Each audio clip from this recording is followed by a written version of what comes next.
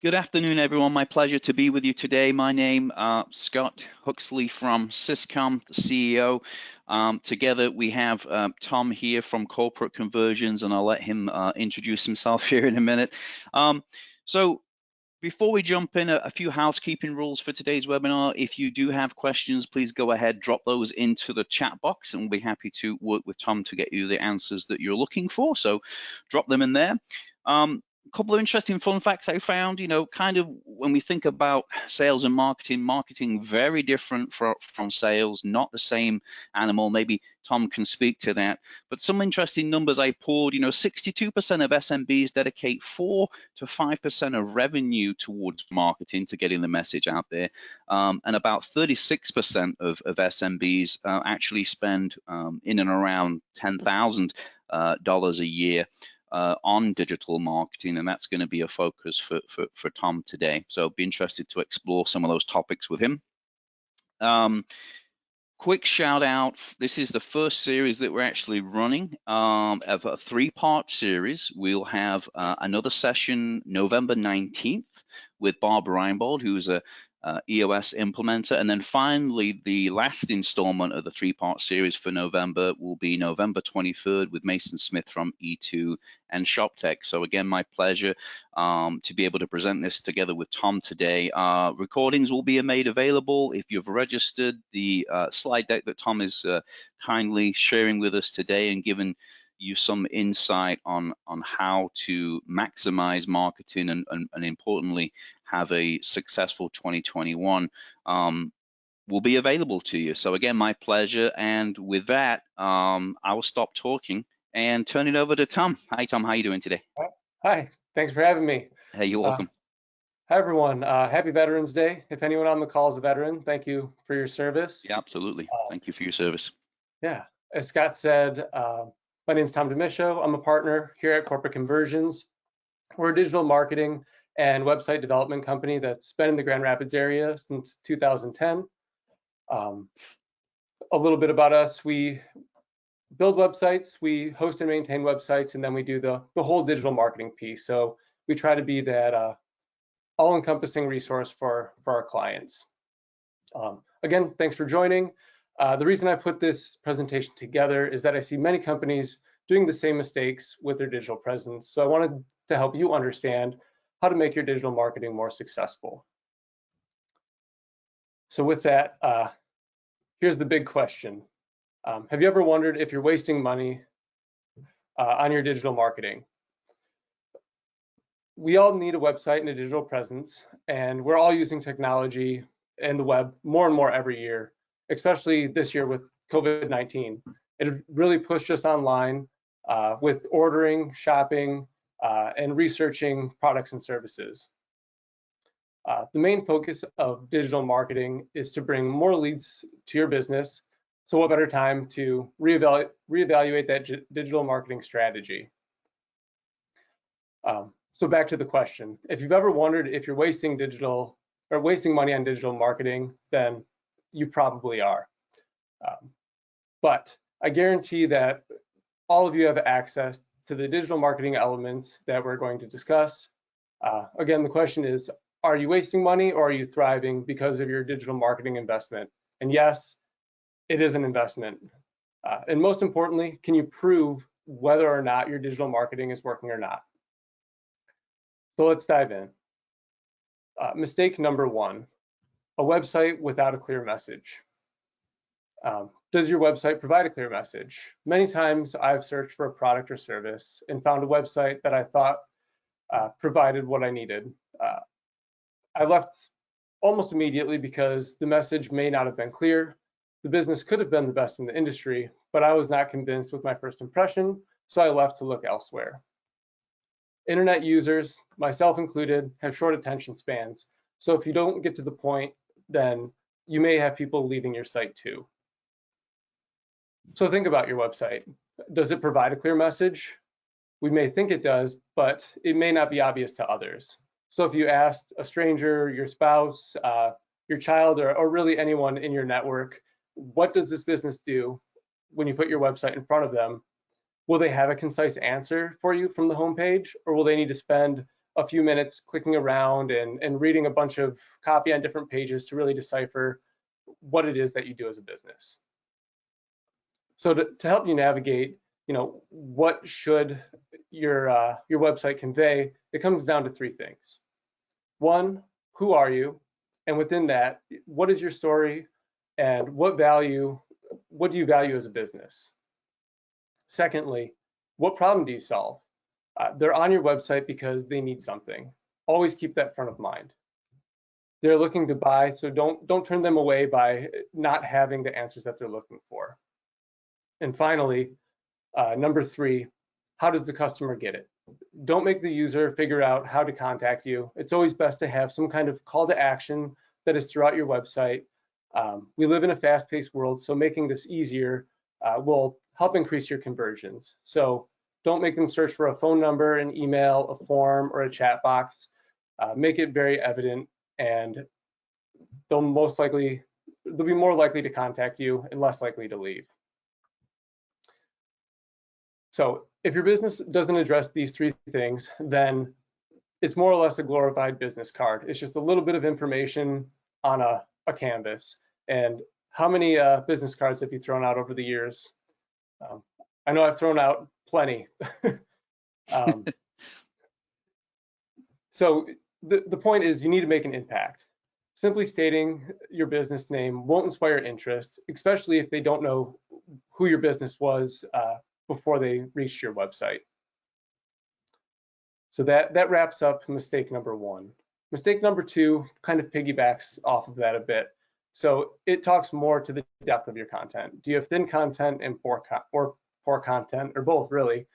Google and search engines rank websites based on your site's content. If you ever heard the phrase "content is king" in digital marketing, it's absolutely the truth. And if you haven't heard that, you may want to write it down. So this has been the case since digital marketing started in the early 2000s.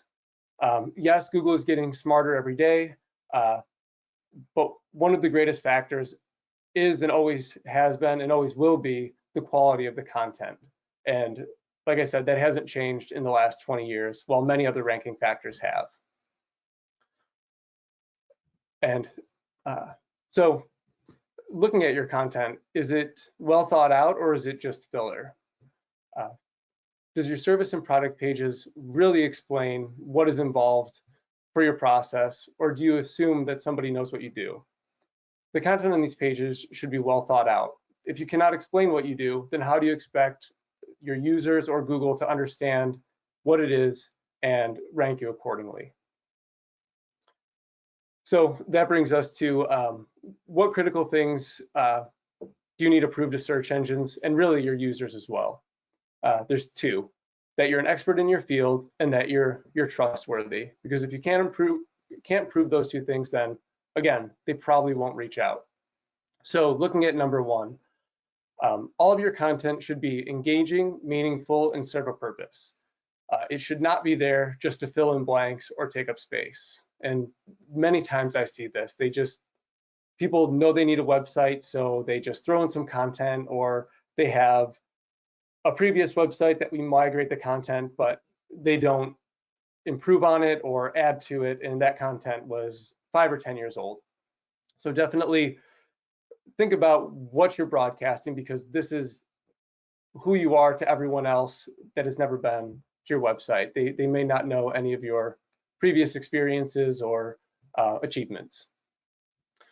And then diving into the trustworthy aspect, really dig into your products, services, and processes. Adding that extra detail will build trust with the user, not to mention that it'll help with SEO and helping you rank. So for example, you could use the bullet point approach. We provide X, Y, and Z. And yeah, just like that, it doesn't really inspire anything. And I don't think that's going to bring anyone into the door. So a better way to show what you do would be: we are in the business of helping companies streamline their processes. We work with many Fortune 500 companies that have project management issues. After working with us for 3 months, most of these companies are saving $10,000 per month and have increased their revenue by 20%. Not to mention, their customers are happier with their experience. Now, which company would you be more inclined to contact? I think the answer is pretty clear. So that wraps up the thin content and poor content mistake, bringing us to mistake number 3, doing SEO based on feeling. Now, I want to preface, search engine optimization, or SEO for short, is kind of a loaded term. It can literally be applied to anything that affects your search rankings. So for this slide, I'm talking about SEO as your targeted keywords that are on the pages of your website. So the first 2 points here, we can all get too close to our businesses, and don't trust your gut with keyword research.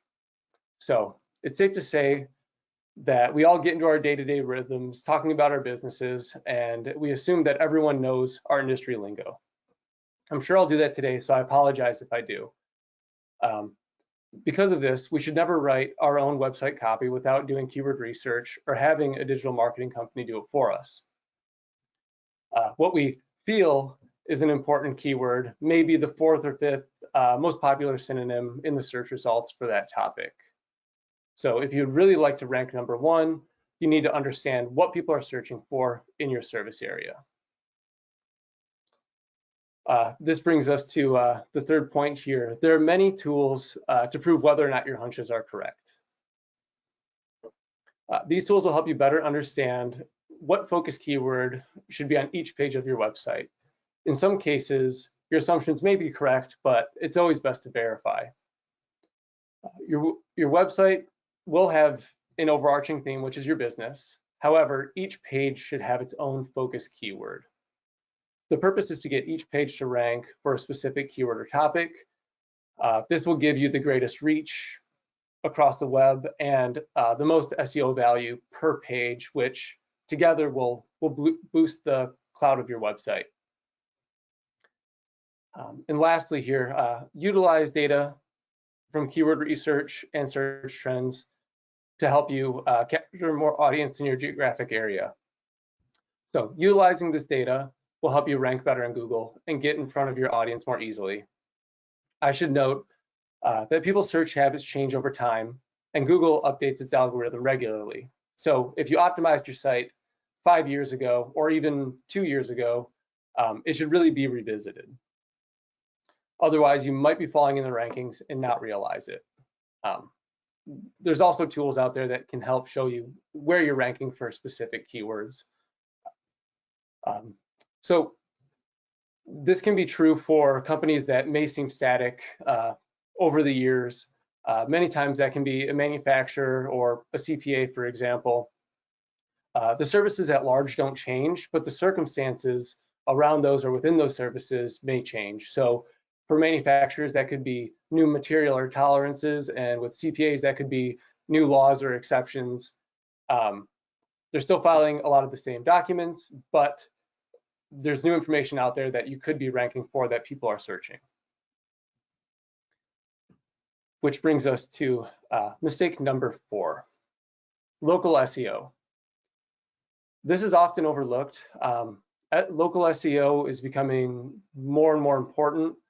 A lot of times this is in reference to directory listings. So these are websites like Yelp, Yellow Pages, 411. There's thousands of them out there. 10 years ago, it didn't really make a difference for your rankings if you were on some of these platforms, but Google is liking to weight this much more heavily as a ranking factor. So sometimes I hear, what if my business isn't confined to a local area?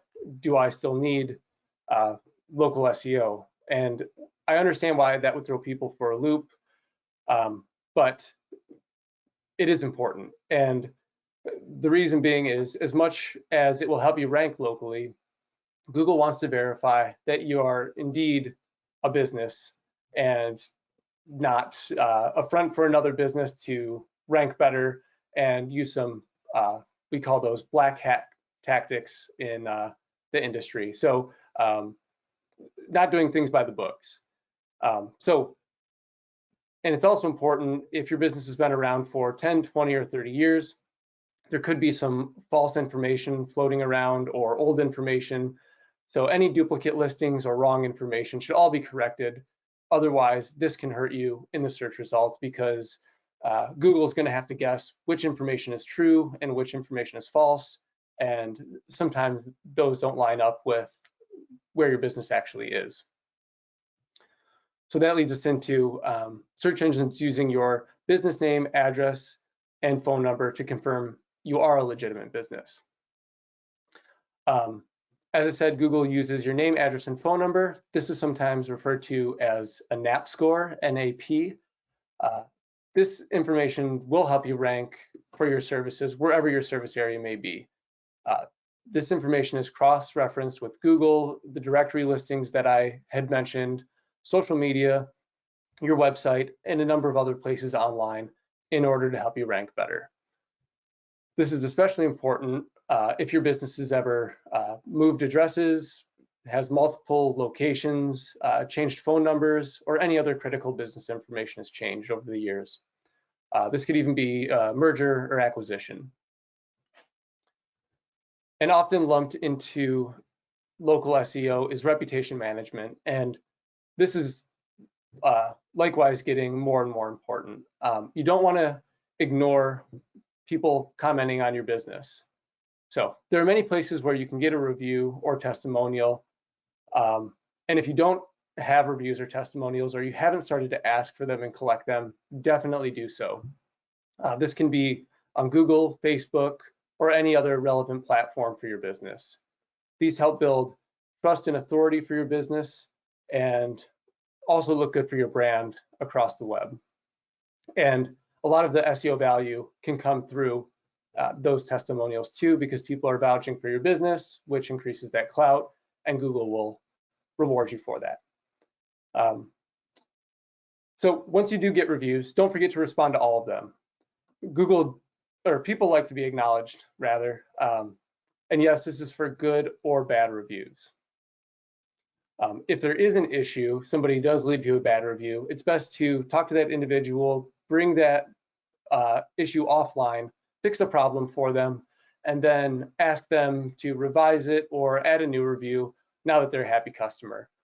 People will see this, and they'll understand that you do make mistakes and you're willing to fix them, and you'll grow because of that. So that wraps up mistake number 4. Mistake number 5 is no tracking methods. So if you aren't measuring your results of your digital marketing efforts, all the previous slides really don't matter, because you're more or less shooting in the dark. How will you know what has worked or hasn't worked? The beauty of digital marketing is that all of your key metrics can be tracked to establish an ROI for your efforts. Typically, tracking is a one-time setup, and then you can go in and monitor and review your results as frequently as you would like. The next topic may seem a little out of place, but I promise it's relevant. Many times I hear people say, well, I grow through referrals. And my rebuttal to that is, why limit yourself? And really, how do you know if you aren't tracking your website? If you can convert visitors via your website and track those new customers that come through your site, then those new customers that came through your digital marketing efforts are going to still refer more business to you, since you are such a great business. So it goes without saying that you'll grow at a much quicker rate if you do utilize your digital resources. And then moving into, what are your growth goals? Many businesses I talk to don't have specific growth goals. They just simply want to grow. This is great, but you need to establish what your growth goals are and how you plan to achieve them. Will you be leveraging your website in digital marketing? You really should be if you've already invested in a website. If your audience was not online, then why would you have a digital presence in the first place? And finally, our last point, track anything that is valuable to you. and use that information to build off of for future marketing efforts.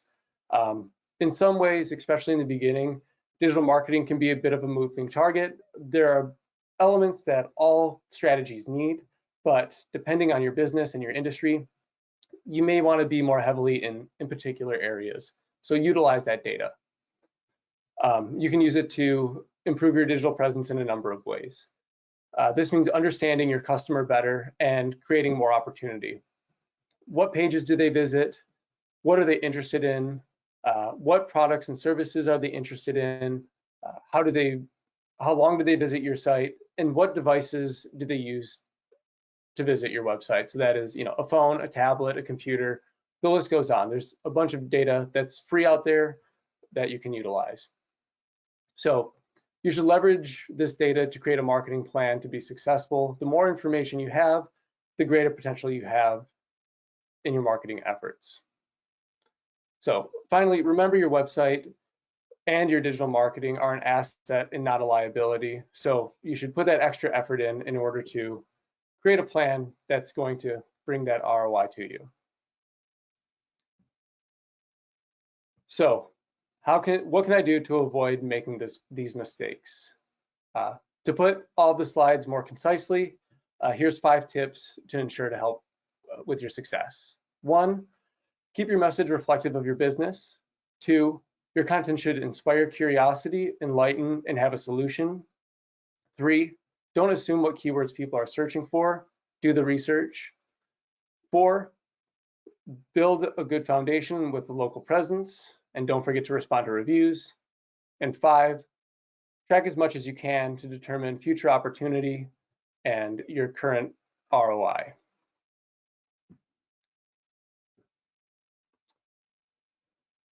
All right, so thank you all for being here today. I really hope you found this valuable. I felt like I went through it a little fast, but I knew we only had a half hour of time. These are 5 common mistakes that I do see, but they certainly aren't the only mistakes. I would love to chat with each of you and learn more about your businesses. If you're open to that, whether it just be networking, a marketing discussion, whatever questions you have regarding your website or digital marketing. My information's here, and I know Scott is going to make available the slides, so you can click on the free consultation or free local SEO audit once you get those. We also have a blog that we update monthly if you're interested in what's going on in the digital marketing world.